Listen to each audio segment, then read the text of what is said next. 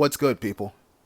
Welcome to another video where I try to share some insightful tips and relevant commentary. Sometimes I fail. By the way, this is my secondary YouTube channel, and in case you didn't know, I stream on this here YouTube channel. So if you like what you see here, then go to that channel and hit the sub button. I'd really appreciate it. Now, I'm gonna go ahead and tell you the map we're on, in case you couldn't tell by the background. Fisk.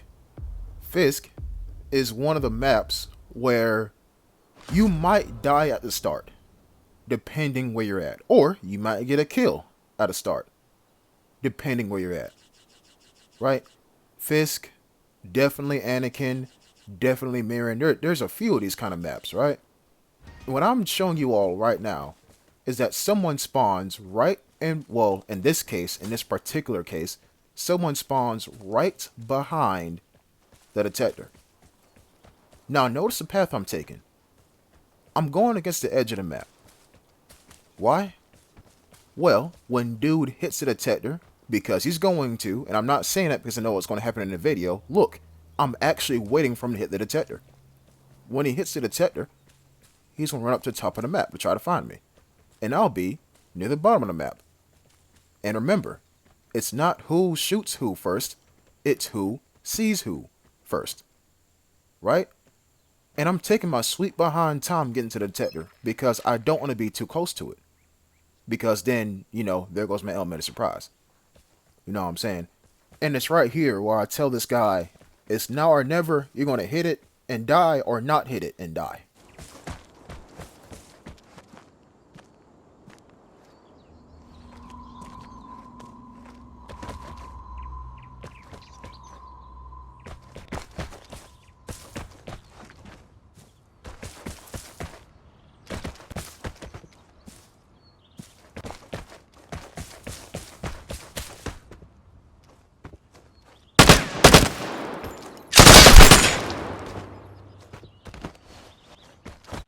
What's crazy is he almost got me. I mean, look at my health. Like, 2 more bullets would have been dead. But this is a lesson that you should learn about maybe 50 encounters in, if not 100. If you spawn near the detector, don't use it immediately. And, there is 2 sides of that argument. You know what I'm saying? Like, I'm preventing the next person from using it. Sure. But the next person is right near you.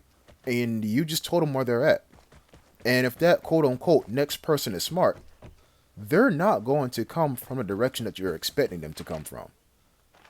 In that case right there that you just saw, I had to come from where this guy was facing me at. Because the longer I don't pursue him, the more likely it is I won't see him moving toward another direction. See what I'm saying? So I had to bum rush him. I had to. But, and I'm telling you this because I've seen it happen. Well, I've seen multiple cases of me killing somebody who does this. Do not use the detector at the start of the match. And if you really want to push yourself, try not to use the detector at all. Try not to. I mean, sure, you gain knowledge of where everyone is, quote-unquote everyone, because transmitters are here. But all you're doing is broadcasting to the map that, hey, someone is at the detector. You want to go investigate? And off of your action, based off of using said detector, you might go hit something important. If you don't know what I mean, follow my train of thought. When you hit the detector and you see no one's on the map, what's the first thing you do? You go for the barred house. You go for the container. You go for a time safe. Right? Okay. Now, if you hit the detector and you see no one's nearby those objects, and the furthest guy is like, I don't know, on the other side of the map, and no dumbass goes and runs for the barred house and opens it, he's going to be there waiting for you.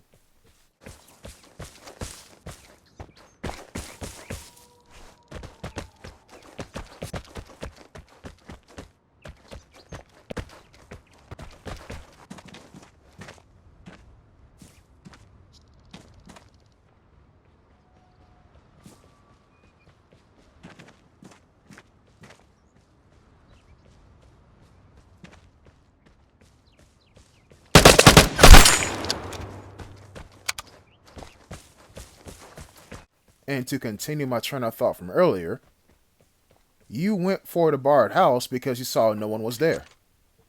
The guy that met you at the barred house also knows no one is there. Why? Either because he walked past it and no one shot at him, or he took a risk and said to himself, if I hit the detector, what would I do? Go for a barred house. So try not to use a detector. And by the way, me catching this guy right here was just blind luck. Because, like, I looked at a container and I'm like, damn, it's open? That's crazy. And then he came around a corner of said container. That was a case of wrong place, wrong time. That's what that was. But oh, would you look at this? I got a VSS. Wouldn't it be nice if, I pull off a nice clean headshot with this thing? I miss these kind of headshots. But sadly, it appears as if no one is here. And I'm having the utmost difficulty trying to maneuver up this here rock formation. But now that I'm up here, I am going to look and try to see if there's anyone running in the tunnel. I say look, more like a listen. And I check the map. Okay, the time safe is over there, but the container's already hit. So if there's anyone nearby, if not anyone else on the map, they should go for the time safe. Because as far as I know, no one hit it yet. Now I'm going to come in here to this here house, plot the AUR-A1, and then someone uses the detector. Okay, so they're up there, and then someone else grabs a red chest. And as far as I know, that red chest is radiated. So I'm literally showing you all the paths that he's taken, or the paths that he can take, and I'm going to be nowhere near him. Nowhere. So, yes, I could try to go after him, but by the time I get to where he's at now, he's probably going to be gone. When I say gone, I mean either dead or escaped. But, nothing fails but a try. I'm going to try my damnedest. Pay attention to the compass at the top of your screen. And then, he's dead. Homeboy had no iodine pills. That distance from, that red chest to both of those exits is not that far. He just had no iodine. And you see, this is why I tell you all. If you find a red chest, remember where it is, stealth it, pray no one finds it before you do, go back and get it, and then you're fine. Don't grab a red chest purely because you see a red chest. That's how you die. Now, I took a little chill pill right there because I thought I seen somebody, if not heard somebody. Which would make sense because the airdrop is up there. Or the red chest version of the airdrop is up there. It would make sense for someone to walk past a container and just check and see if it's opened, which it is. But then they'll keep walking. When I say keep walking, I mean keep walking past the container. So it would make sense. Right? It would. But now, no one's here. Or it appears that way. The plane is near. Get ready for the airdrop. And now it's time for the real airdrop. Okay. Cool. And as far as I know, I'll still have the real radiation grenade on me. Or not real radiation grenade, but a radiation grenade on me. Right? And I'm going to actually play the game a little bit. I actually looted something. How about that? And yes, I got a Magnum. The gun, not the other. Anyways, but yeah. Now, we're down here in the suburbs. And someone hit the detector not too long ago. And this door is open. I'm pretty sure I didn't open this door. Pretty sure I didn't. Which means someone went out this way. And there's another door open that's right there. Okay, so maybe they went from the house that this came out of, the tool shed this came out of, into that house. Now, if I find another open door, then I'm on someone's trail. I say that. That door right there is closed. Or at least it appears that way. I'm going to go over here and check. And, well, no one's in here. I'm hearing it and nobody's in here. Grab these chemicals because why not? And Well, like I said, no one's in there. Alright, well, guess I'm gonna run toward this here corner of the map because I'm like, well, both of these airdrops over here. Surprisingly. Like, both of them. So if anyone's going to be here, they might be running toward these here airdrops. So I want to be nearby in case anyone grabs, the real airdrop. Because we clearly saw it's radiated. And I'm pretty sure I put overweight on it. If not, decoy. That's why there's two down there. So, notice how I'm lingering in the area, but I'm not near the exact area. That's what you want to do. Alright, well, I pretty much came full circle. And I'm back to where I was before. Damn. This match is awfully quiet. Like, extremely quiet. And I don't trust that.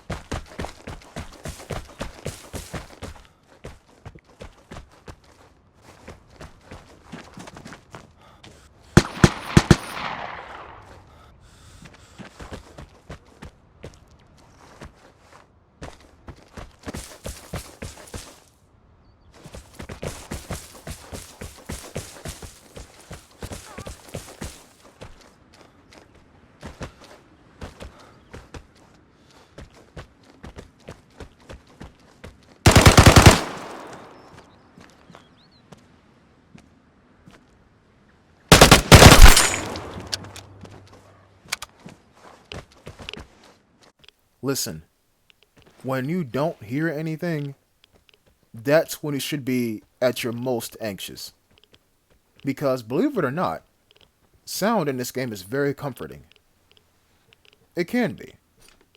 Because when you hear gunshots, you know someone's still in the match. When you hear someone hit the detector, you know someone's still in the match. But when you don't hear anything, you don't know if anyone's in the match. Someone can be in the bush, someone can be in a random house, someone can be looting, and you're about to cross their path and you don't see them. Sound in this game is actually comforting. And by the way, the guy that we've seen running down here, I'm not going to find him. Which kind of sucks, but I'm not going to find him. One could argue that I was a bit too slow getting to where I needed to go. But, I mean, there's being too slow and then there's being too quick. Because you don't want to be near anything when anything pops off. You just want to be around the area. You know what I'm saying? You don't want to be next to a gunfight when it happens. You want to be a bit far from the gunfight, but not too far. Because then, if you run up on it, you might still see it happening. compared to you being like near enough to a gunfight where you gotta like run around in a circle and then find the nearest person that's shooting. You know what I'm saying? So if there's anything you should take away from this here video, it's this: sound is actually your best friend.